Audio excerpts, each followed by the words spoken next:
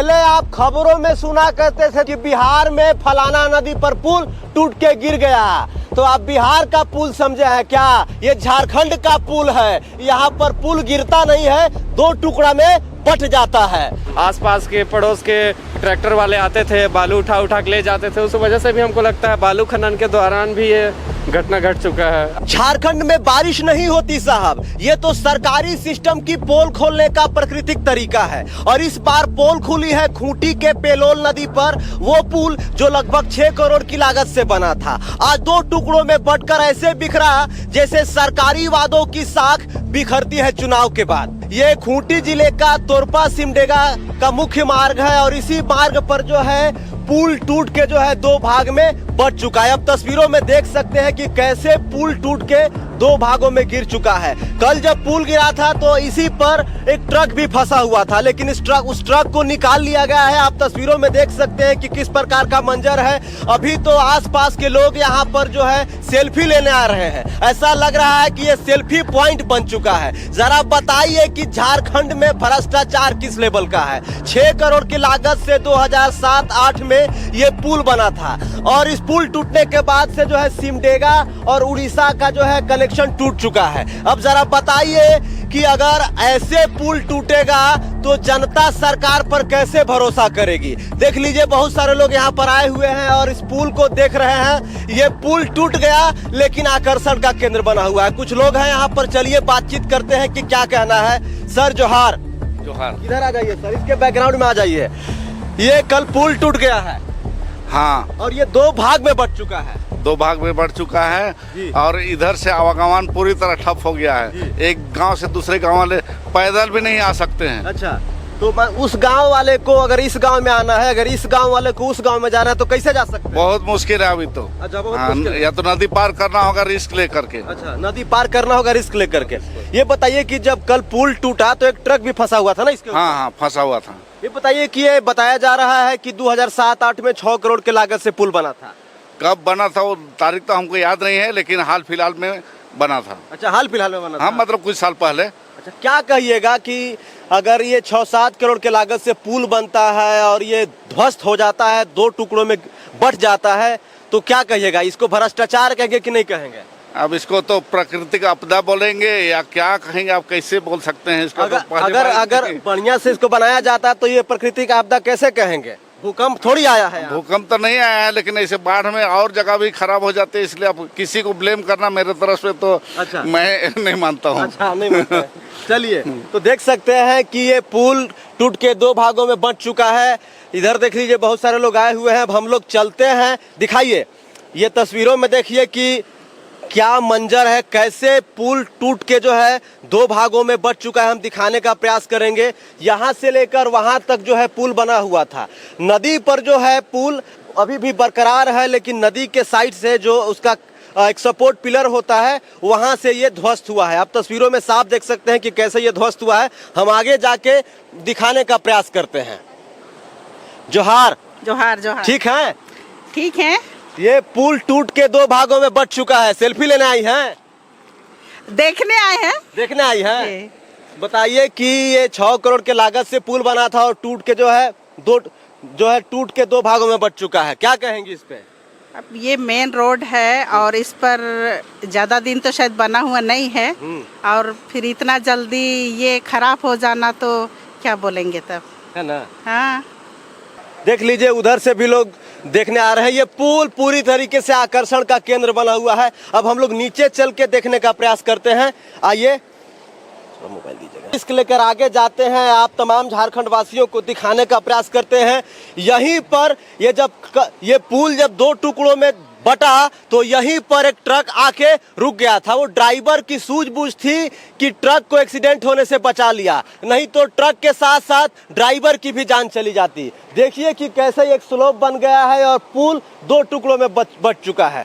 आपको पता है कि लगभग 72 घंटों से झारखंड के अलग अलग हिस्सों में लगातार बारिश हो रही है और बारिश के बाद कई नदियां उफान पर है। नदियों का जो है जलस्तर बढ़ चुका है, जिस कारण जो है कई मामले सामने आए हुए हैं। आइए थोड़ा सा नीचे अगर आ सकती हैं तो आप। दादा, सेल्फी लेने आए हैं? बोलिए। सेल्फी लेने आए हैं। क्या कहिएगा, इतना बड़ा पुल टूट के दो भाग में बट गया है। ठेकेदार लोग का कमी है।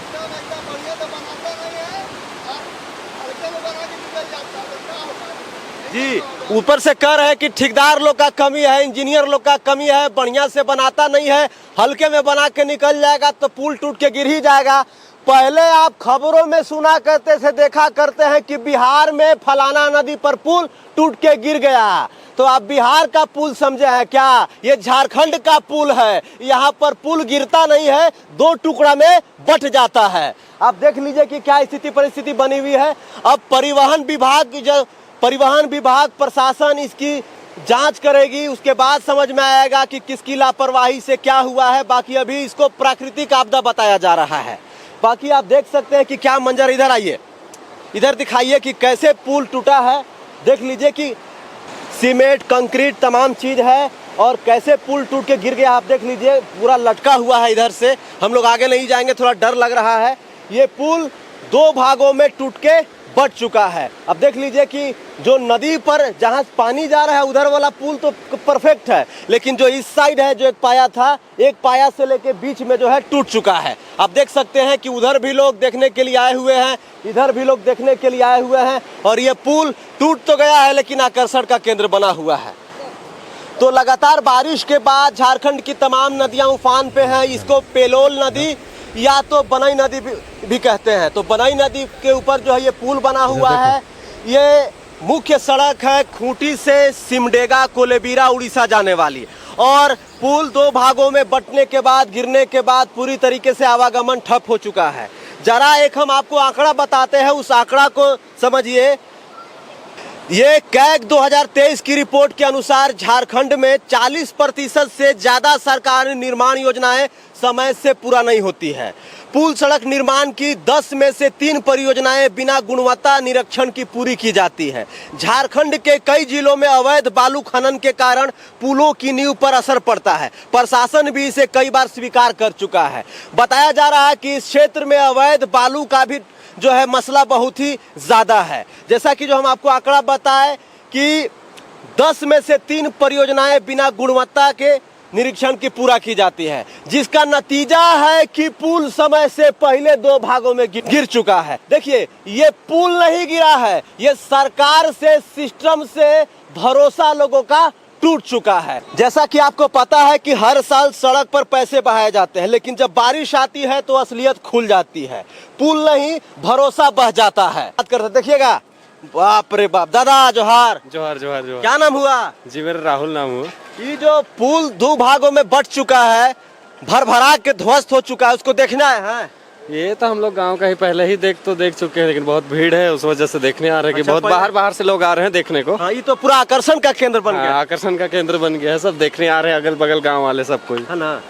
ये बताइए कि क्या कहिएगा इसको, ये पुल जो है 6 करोड़ के लागत से बना था और दो भागों में बट चुका है, क्या कहिएगा इस पे? इसके बारे में तो क्या ही कहें, इंजीनियर वगैरह आप कैसे देखे, कैसे बनाए पुल को इतना जल्दी। इससे जो पहले वाला पुराना वाला पुल था, ये अगर वो पहले का भी अभी रहता तो वो उससे लंबा समय तक अभी टिकता, पर ये जो है मुश्किल से मुश्किल 3.5 साल लगभग चला और टूट गया। अच्छा, इससे पहले दूसरा पुल था, छोटा सा पुल होगा। हाँ, छोटा सा पुल था, तो वो बढ़िया था। हाँ। भले पानी नदी वो पुल के ऊपर पार होता था, लेकिन वो टिक जाता था। हाँ। बहुत टिक जाता था। तो प्रशासनिक विभाग के लोग, इस क्षेत्र के दोनों विधायक भी आए हुए थे और देख के गए हैं।